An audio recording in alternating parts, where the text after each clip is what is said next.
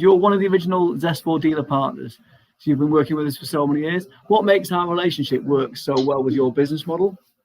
It's the fact that I view it more as a real partnership rather than a supplier stroke customer relationship. I can rely on things being done as and when they need to be done, sometimes out of the ordinary and sometimes out of hours. And it mirrors the support that we need to give our clients that helps us achieve our retention rate of 99%. Important for Zest4 to understand our partners. What's important to you when it comes to partnering with us? What's the most important things? Understanding the way that we operate. I think the fact that we've been with you so long, and one of the reasons we've been with you so long is the fact that we know that we get the support when we need it. The fact that we can be very competitive as well.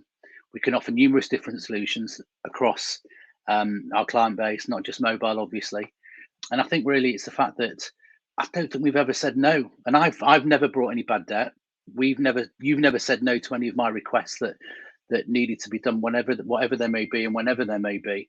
And I think that's a really important part for us. I know that if I have an issue with any of my clients, I can get it sorted pretty quick.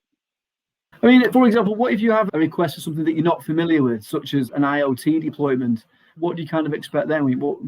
What happens with that situation? It's very much a hand-holding exercise. So I'll ring the team up. I'll give them the example. I'll give them the opportunity to go through it with them. And I said it earlier, it is a partnership. We work together to try and create a solution that suits our customer needs. And we've got a couple of nice customers on the IoT base that generate some really decent ongoing revenue, and that will continue to grow. I think the thing about IoT as an example is it's ever evolving, and I don't always have the opportunity to be focused on what's occurring in the marketplace, but I know I can ring the guys up at Zest and I can get a hands-on approach and the knowledge and information that I require. Okay, so and with your business, the one solution operates under a dealer model. And we've discussed in the past the opportunities that going wholesale and kind of doing your own billing opens up. Do you think you'll ever switch to that kind of model in the future?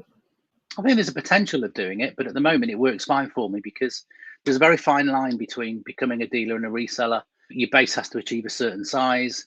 Obviously, it adds risk for me as a business. And the way that I operate with my clients, actually, the dealer model works pretty well. There are certain deals that we look at and we think, well, actually, it might have been better on a reseller basis. I won't say no and I won't commit to saying yes. I think it's something that we could potentially look at if the opportunity arose. But for me, currently, the dealer model really works well.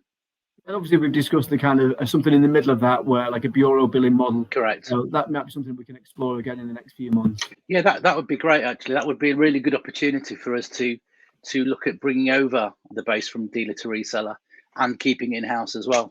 The less, from my perspective, the less people that are involved, the better. So if I can have everything done through you guys as a bureau, then it would make complete sense for me to give it a try. And I mean, with your customer base as well, I mean, your retention is one of the best of all the partners we've got.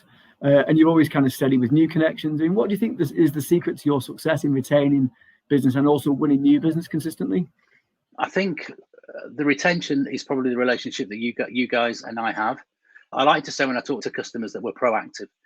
We try and correct issues before they actually occur. And I've always called the 2-year, let's talk mobile, for example, I've always called the 2-year contract the lockout period. And that's the opportunity that we have as a provider to prove to you, Mr. Customer, that we're going to deliver what we say we're going to deliver. Because if we don't, you're not going to have us at the table in 2 years' time when it comes to renewal. And because we do that, and because we have the backup from you guys where we can spontaneously do whatever we needed to do, be it SIM swaps, name changes, bars, and so on and so forth, that adds peace of mind to the customer. And they know that they can pick the phone up to us whenever it may be and get a job done. And we all know from experience that if an MD's phone's going to go down, it ain't going to be between 9 to 5 on a Monday to Friday. No, it never is it? It never is. And the fact that we can react. I mean, yesterday I was driving up from London and we have one of our long-term clients who's in Dubai. We did SIM refreshes. We did absolutely everything. Nothing worked.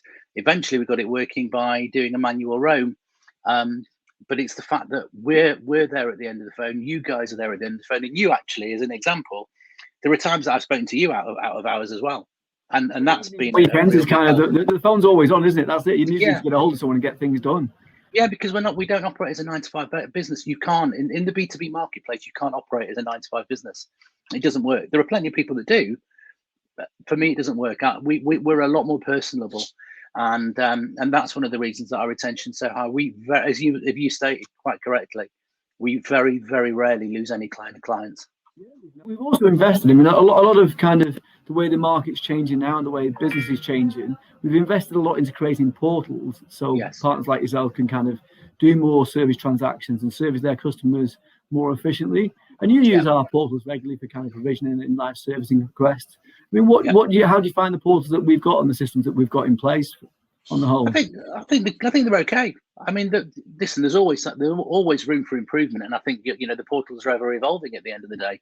But for what I need to do, it does its job. It does what it says on the tin. I can do my SIM swaps, I can do my name changes, I can add bars, I can change a tariff if required. And really, those are the kind of interactions. If I look at the interactions I have on a portal, I would say that the majority is SIM swaps and name changes, or adding and removing bars. And if I'm out and about, this is probably another great example. If I'm out and about in the car and I get a request and I don't have access to the portal, I'll ring up service and they'll do it for me there and then, and I'll follow it up with an email to confirm it. So that's the kind of support that we thrive on, because we can then pass that on to our customer base as well.